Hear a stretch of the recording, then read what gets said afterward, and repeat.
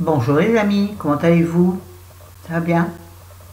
Ouais. Bon bah écoutez, moi ça va, je tourne une vidéo aujourd'hui que je vous mettrai normalement, si je la mets, c'est pas sûr, en ligne dans 2 jours, on est lundi, vous en avez une aujourd'hui qui était pré-filmée, de 3 jours, hein.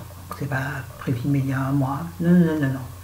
Et celle-ci, normalement, je la posterai, je pense, mercredi, hein, si je la poste, parce que c'est un sujet extrêmement difficile pour moi, mais il m'a été demandé en quelque sorte par plusieurs personnes. Parce que j'ai beaucoup de nouveaux sur ma chaîne et la vidéo que je vais refaire maintenant, je l'avais faite il y a déjà peut-être un an. Ça m'avait beaucoup demandé d'énergie, d'émotions. Ça m'avait procuré beaucoup d'émotions, donc je pense que ce sera la même chose aujourd'hui, bien qu'avec un an de différence. Peut-être que les choses seront prises avec plus de recul, c'est pas sûr. Je vais refaire une vidéo donc sur l'alcoolisme, sur mon alcoolisme. Oui, oui, oui, oui. Pas de honte à ça.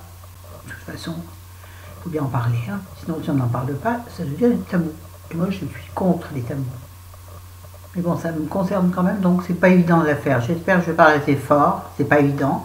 Ça vient de l'intérieur, hein. Vous êtes quand même, je vais vous rapprocher, les amis.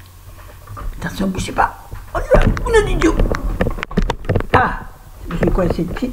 C'est coincé. Ah bah oui, forcément, la lampe, elle va pas aller jusqu'au bout. C'est tendu à mort. Bon. Ouais, je pense qu'on est assez proche. Alors, on y va. Donc, je suis alcoolique. Enfin, là, je suis en sevrage depuis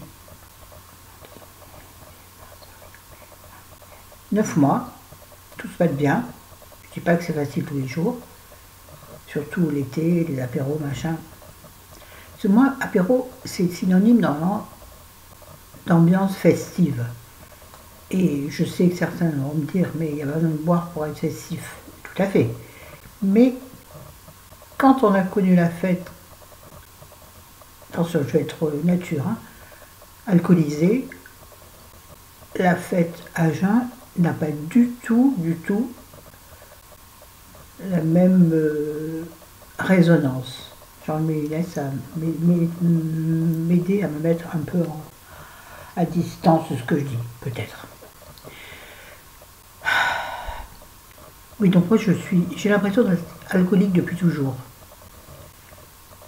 Bien entendu, là je ne parle que de moi, hein, pas des autres personnes qui ont peut-être eu la même vie que moi et qui ne sont pas alcooliques pour autant. L'alcoolisme, c'est normalement enfin c'est ce qui est devenu pour moi une béquille, hein, béquille pour vivre bien, mieux. Mieux, ce bien, ça n'existe pas avec l'alcool. C'est mieux, c'est plus léger, plus facile. On est beaucoup plus détendu, on est beaucoup plus... Le mot m'échappe, bien sûr. Déjà que j'ai Alzheimer et en plus l'émotion, ça fait beaucoup. On est beaucoup plus, oui, ouvert, réceptif, bavard en plus. Parce que ne croyez pas, contrairement à ce que je peux montrer comme ça, quand je suis en société, je suis quelqu'un d'assez réservé. En fait, quand j'essaie de parler, j'ai l'impression que personne m'écoute. Je commande un truc, les gens me coupent. Ça m'énerve. Ça vous arrive ça aussi? C'est énervant, hein. On dirait qu'on n'existe pas. À croire, j'ai toujours cru que ce que j'avais à dire n'était pas intéressant de fait. Je m'aperçois maintenant que c'est pas tout à fait vrai. Que c'est la façon dont on ressent soi-même les choses. Ne faites pas dans la maison, ils ont été un peu abîmés. Je les ai fait hier. Je vis comme coq à l'âne, comme d'hab, hein. Je les ai fait hier, mais bien sûr, hier soir, j'ai gratté un plat, un couvercle à la grosse truc en métal, vous voyez là, dans lequel les doigts s'enfoncent, mes ongles ont été abîmés. C'est pas grave, hein. C'est la vie, c'est la vie. Oui, ça n'empêche pas de chanter l'alcoolisme, hein. Au contraire, on chante parfois tue-tête. Bref, donc oui, j'ai l'impression d'avoir été alcoolique depuis toujours. Parce que mes parents l'étaient finalement. En réfléchissant maintenant. Ma mère l'est encore, je pense, bien qu'elle le nie. Mais elle l'était, et depuis le décès de papa, les choses se sont amplifiées. Attention, aucun jugement chez moi. Aucun jugement, jamais. Vous connaissez déjà mon truc, je suis très empathique, très éponge. Et là, ça prend tout son sens. Très drôle, Florence, très drôle. Donc oui, chez moi, l'alcool, j'en ai toujours vu, depuis toute petite. Bon, toute petite, je m'en souviens pas. Pas toute petite, peut-être que j'étais chez ma mamie. Mais chez mes parents, autant que je puisse me souvenir, on servait l'apéro à papa tous les jours à midi. Le soir, non, parce qu'il dormait et qu'il se levait plus tard. Oui, je vous rappelle que papa était boulanger-pâtissier dans un petit village. Donc, il se couchait à 3 heures l'après-midi pour se lever à minuit pour commencer le boulot. C'est pour établir un peu la situation, hein. Donc, et puis je voyais maman qui avait toujours un verre ou de vin ou de quelque chose à la main. Et bon, moi, ça me choquait, mais je veux dire, là-dessus, je ne savais pas. Donc bon. Par contre, ma première cuite est et plus tardive. C'était à une boum où on est allé avec une boum. Déjà, j'y allais peu. J'étais une fille renfermée, solitaire. On n'avait pas beaucoup l'occasion de s'évader avec mes sœurs. Mes parents étaient stricts et c'était le boulot à la boulangerie d'abord, Pas de tendresse, ça n'existait pas ça. Et alors, est-ce que c'est cause à effet, effet à cause, j'en sais rien. Enfin, cause à effet, cause à conséquence, je ne sais pas. Toujours est-il que je vous explique le début. Je ne mets pas sur mes parents, le dos de mes parents, le fait que je sois devenu alcoolique. Après tout, peut-être que je serais venu sans ça. Peut-être, je ne sais pas. Donc ma première cuite, ouais, j'ai dû l'avoir, j'avais, allez, 14 ans. Puisqu'avant, bon, est-ce que j'ai bu de l'alcool avant?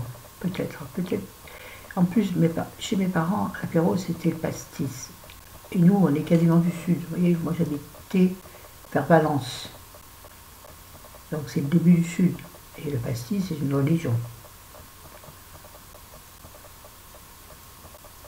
Ouais, je me recoiffe en même temps, ça fait... Oh, pardon. Réfléchir et de me calmer mes émotions.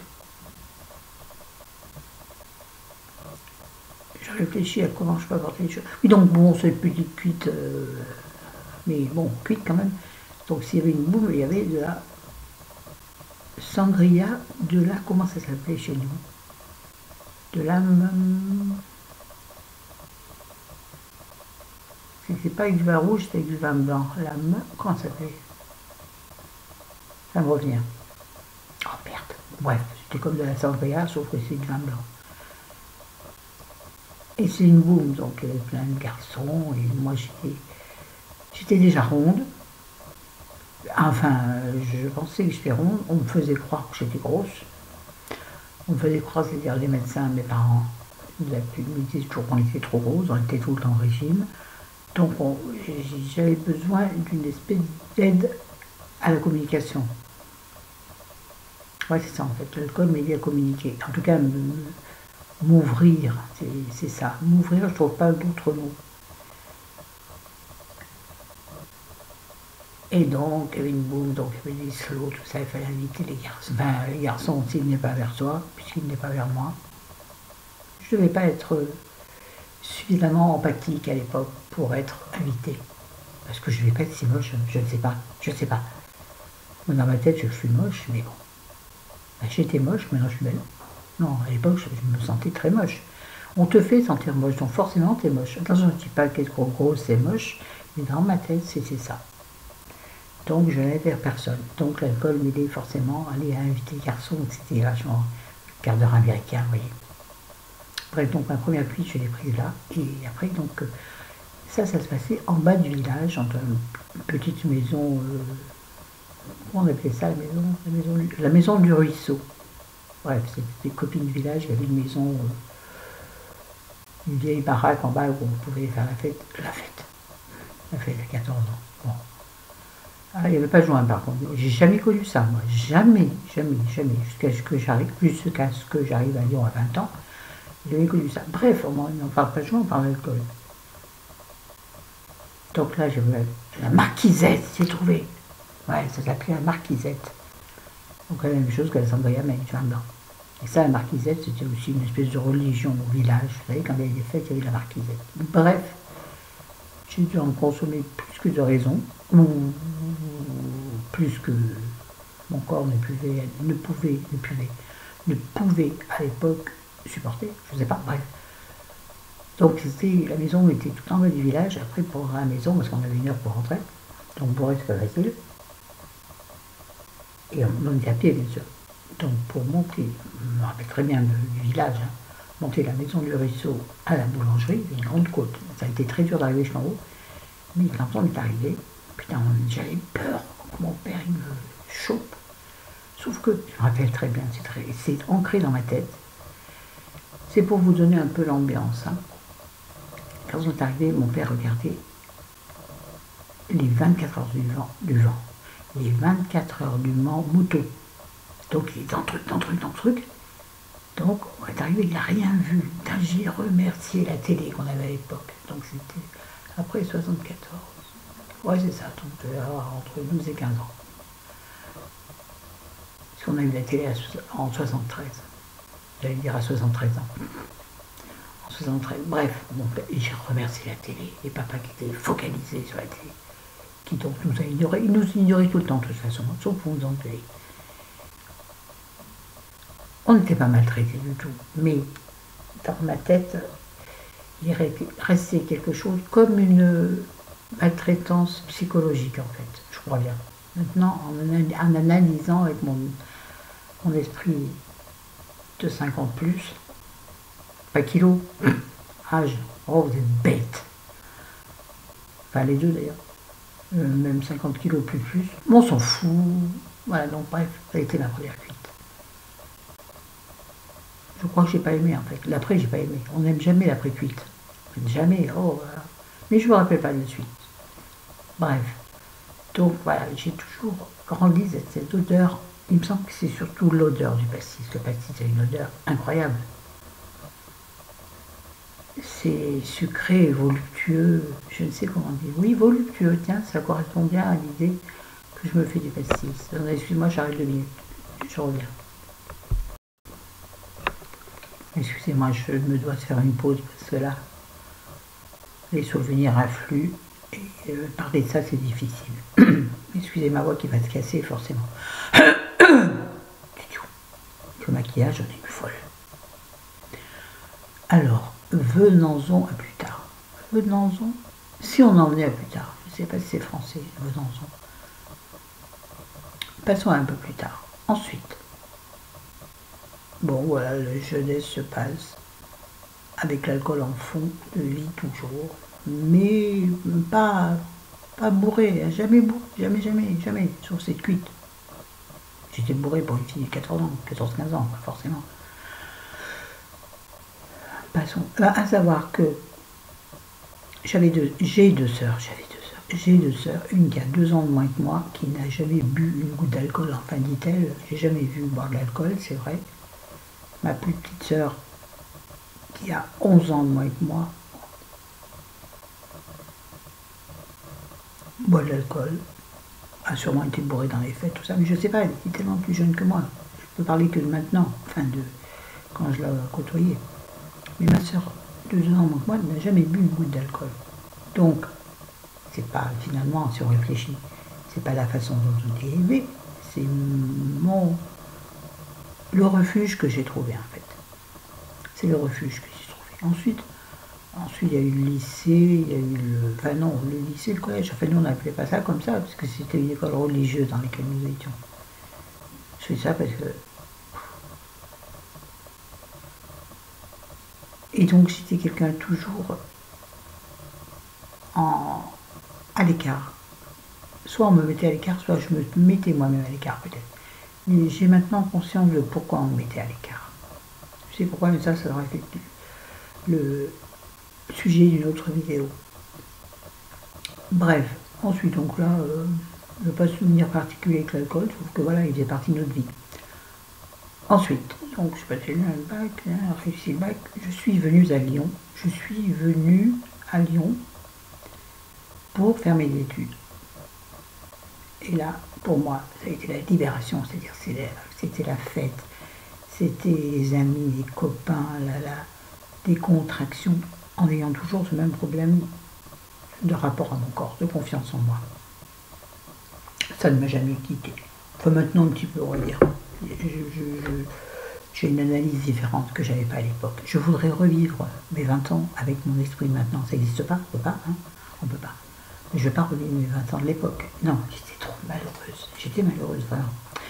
Alors, ensuite, donc, j'étais étudiante, donc les études passées en deuxième, la fête passée en premier, parce que dans les fêtes, voilà, je buvais, j'étais aimée, admirée, désirée, bien ou mal, évidemment, attention, bien ou mal. Je suis tombée dans des trucs. Non, non, pas dans. Non, non, non, non, non, non, vous n'imaginez pas le bien. Mais bon, voilà. J'ai cédé à des choses, enfin, à des garçons à qui j'aurais jamais cédé si j'avais vu l'esprit clair. C'est sûr. Ça, c'est pareil, c'est une autre vidéo. Ça sera sûrement dans la même vidéo que ce que j'ai dit avant. Bref, je m'éparpille. Je m'éparpille parce que je suis trop dans le souvenir et trop dans l'avant. Il faut que je me reprenne. Ne rigolez pas. Ne rigolez pas. C'est dur.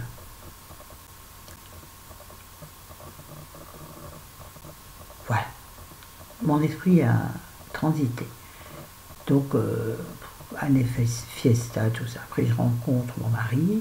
Non, pas du tout. J'ai jamais été mariée, je ne suis pas mariée. Je suis une femme à prendre. Non, pas du tout. Non, non, non, non, effacez ce que je viens de dire. Donc, j'ai rencontré mon premier compagnon, le père de mes enfants. Pareil, on a fait beaucoup la fête. Beaucoup. Mais lui n'est pas du tout alcoolique. Il adorait faire la fête, mais voilà, en dehors des fêtes, il n'y avait pas d'alcool. Pas du tout. Si, chez ses parents, parce que le vin, à la campagne, fait partie du repas. Mais voilà, quoi, de toute façon, tout à fait, j'allais dire normal. Je crois qu'il n'y a pas de normalité dans l'alcool. Un truc simple. Voilà, tu veux du vin? Voilà, on verre du vin. Mais je veux dire, voilà, il n'y avait pas, à part les bringues. Les bringues. Ensuite, j'ai eu mes enfants. Là, je pense que les choses étaient à peu près ordinaires. Il n'y avait rien de spécial. Pas, en tout cas, pas que je me souvienne. Sauf les fêtes, bien sûr. Ensuite, je me suis séparée du père de mes enfants.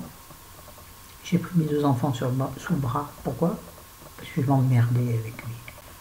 Oh, la vie était chiante, c'était une vie qui ne me convenait pas. J'avais 30 ans, j'avais beaucoup minci.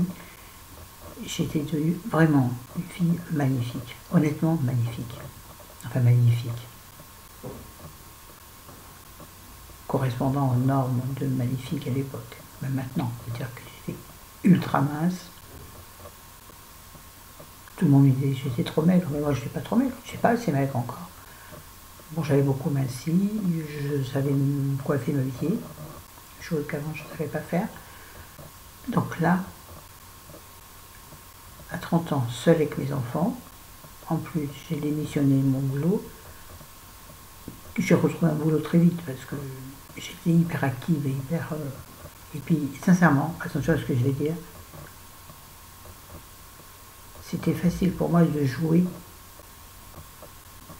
de mon physique à l'époque. Vraiment, vraiment, vraiment. Et là, donc, je suis tout doucement tombée dans l'alcoolisme. C'est-à-dire l'alcoolisme, monsieur, pur. Boire seul, boire en cachette, parce que j'avais mes enfants. Boire beaucoup.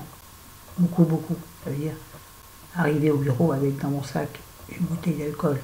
Bien sûr, j'ai fini par être découverte. Chose que je pensais pas possible. Vous savez, on se croit invincible. On se croit que ça se voit pas. Donc là, je me suis fait choper dans un boulot que j'adorais.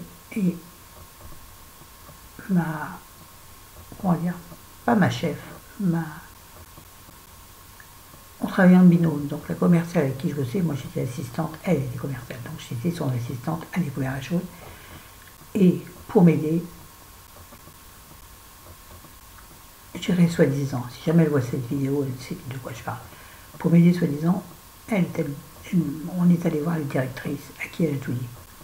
La directrice, très compréhensive, m'a dit Flo, Rance, ou Flo peut-être même, elle était adorable. Ah, qu'est-ce que c'était bien le boulot, bref.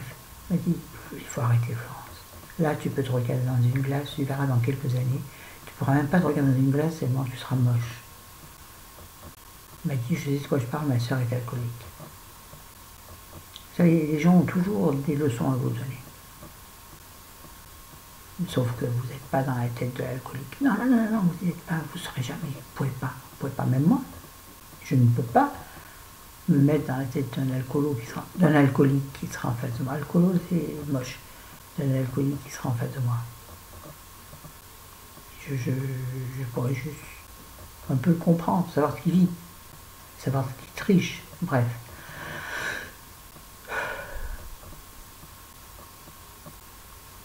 Il y a eu, mais bon, voilà, il y a eu cette espèce de mise au point.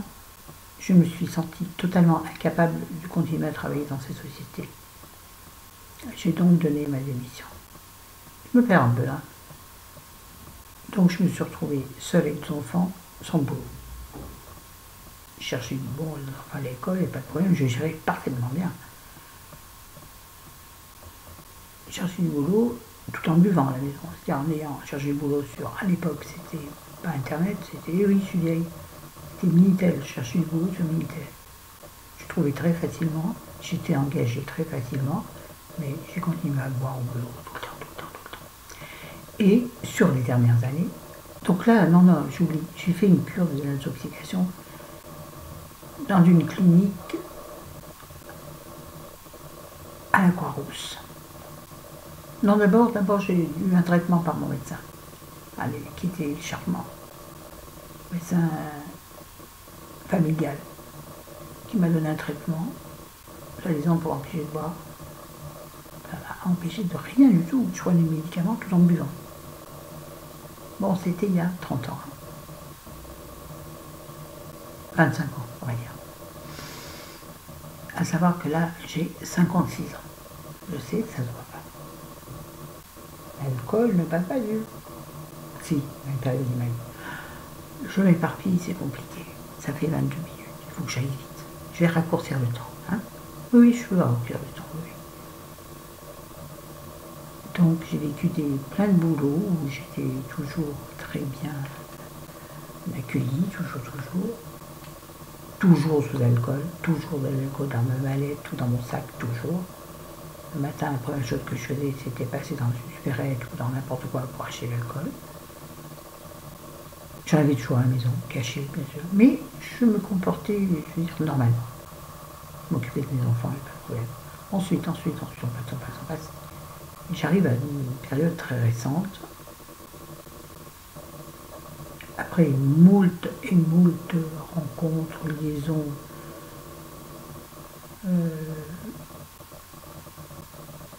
masculines, je vais y arriver, enfin, vous voyez ce que je veux dire, de relations rapides. Mais c'est facile, c'était jeune et belle, c'était super facile de rencontrer les mecs, vraiment. Sauf que les mecs, ils venaient juste pour moi, bah oui. Mais à l'époque, ça me convenait, puisque enfin on me redit, enfin on me voyait. Vous comprenez? Enfin on me voyait. Ensuite, j'ai rencontré Chéri, le chéri actuel. Nous avons énormément fait la fête. Vraiment. Donc moi, ça me convenait super. Enfin, je pouvais boire au vu de tous. On dit, au vu de tous. Non, justement, je pouvais boire devant tout le monde. Et là, il n'y avait pas de... On dit, vas-y, on flot, une bonne descente. Vous savez, dans la rigolade, tout ça. Bon, bref.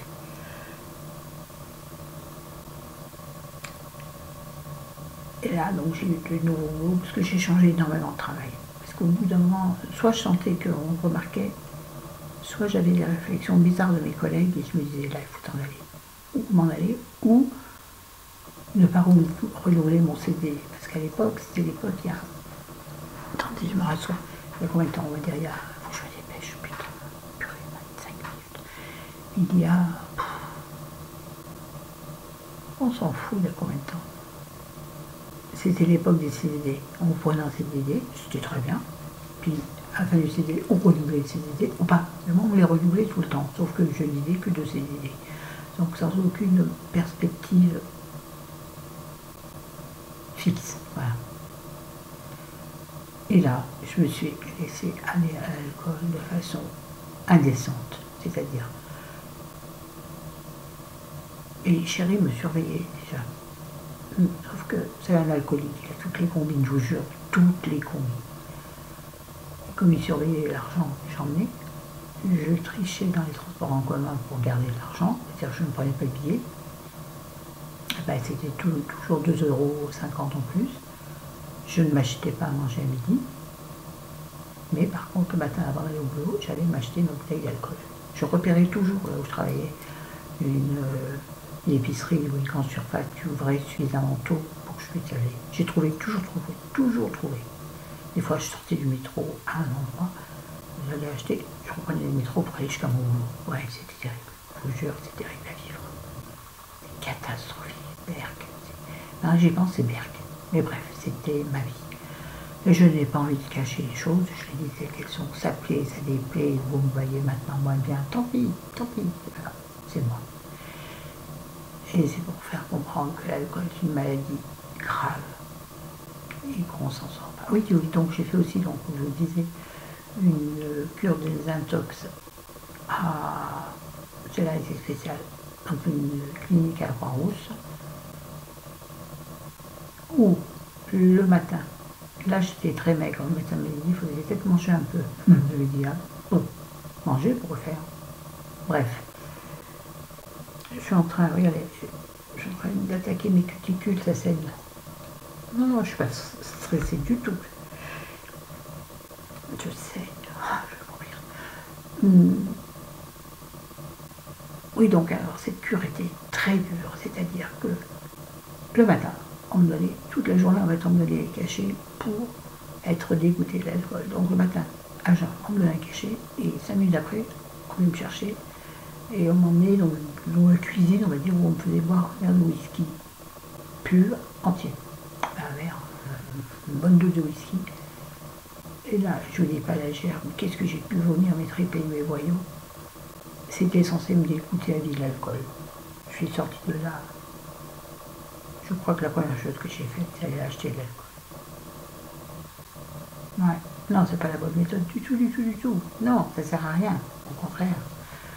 Parce que pour moi, l'alcool n'est pas devenu un ennemi, finalement. C'est le médicament qui est devenu mon ennemi. Bref, donc j'en reviens à la période actuelle, non pas actuelle, ancienne. Quand je travaillais, donc je vous dis, je buvais au boulot, où on a parfois profité de moi, dans le sens où on savait que j'étais alcoolique. On ne disait rien, mais on savait. Et puis en plus, ces garces-là venaient à la maison. J'invitais tout le monde à l'époque. Bah oui, on faisait la fête, c'était chouette. Ces personnes venaient à la maison et racontaient des trucs dans mon dos, chérie. Donc, maintenant je sais, je les déteste, ces gens-là. Je les déteste. J'ai été harcelée à cette époque-là. Ouais, des noms de porc à l'époque. Ouais, j'étais harcelée, mais je savais pas. Je ne savais pas, ça aussi en pareil. On profitait de moi. C'est-à-dire, on osait me dire des trucs, on aurait peut-être quelqu'un d'autre. Sauf que moi, dans mon état alcoolique, je trouvais ça sympathique. Enfin, pareil, on faisait attention à moi. Grave erreur. En fait, on se foutait de ma gueule.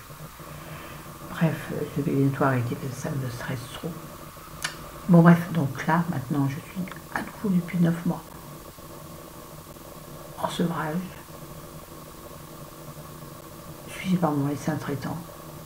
J'ai des médicaments, je prends des médicaments, donc je ne bois plus d'alcool, plus une goutte d'alcool. Non, je mens. J'ai pas envie de mentir.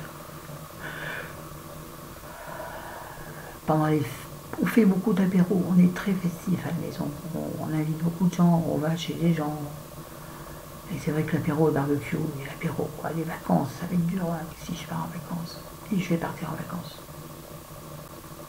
Ça va être difficile. Et là, l'affrontement est compliqué. C'est une lutte sans merci avec l'alcool. Je crois, sincèrement, je crois que l'alcool, on ne s'en sort jamais. Là, ça fait 9 mois que je vis très bien. C'est-à-dire que certains médecins disent ne jamais toucher une goutte d'alcool qui nous replonge. Mon médecin, moi, me dit non, vous pouvez boire de temps en temps un verre. À partir du moment où vous ne buvez plus en gâchette ou vous ne buvez plus de façon inconsidérée. C'est ce que je fais pour l'instant, ça marche. Excusez-moi, je suis très émue parce que c'est extrêmement difficile.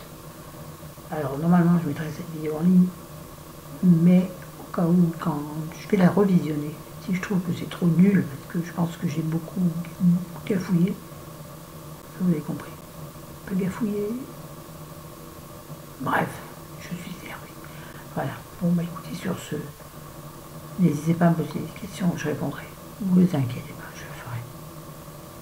Mais franchement, l'alcool c'est de la merde, la drogue c'est de la merde, l'alcool c'est de la merde. Bon, j'en ris, j'en souris, j'arrive pas à en rire. J'en souris, mais ça me saoule. Oh, elle était bien celle-ci. Oh, qu'est-ce qu'elle était bien. Bon, bref, je vous embrasse, je vous aime, ne me jugez pas. Quoique, je pense pas que quelqu'un me juge dans mes abonnés habituels. Si jamais quelqu'un passe par là parce qu'il a vu mon alcoolisme dans le titre, moi je vais mettre le titre. Oui, mon alcoolisme sera le titre. Je suis très mal maquillée de ce côté, parce que j'ai la lumière que de ce côté. On s'en fout, hein? Ouais, on s'en fout complètement. Alors c'est bien, j'en ai partout. J'ai une robe noire, donc c'est comme les robes blanches, hein, tout se voit dessus. Pas tout à fait. Bref, on s'en fout. Allez,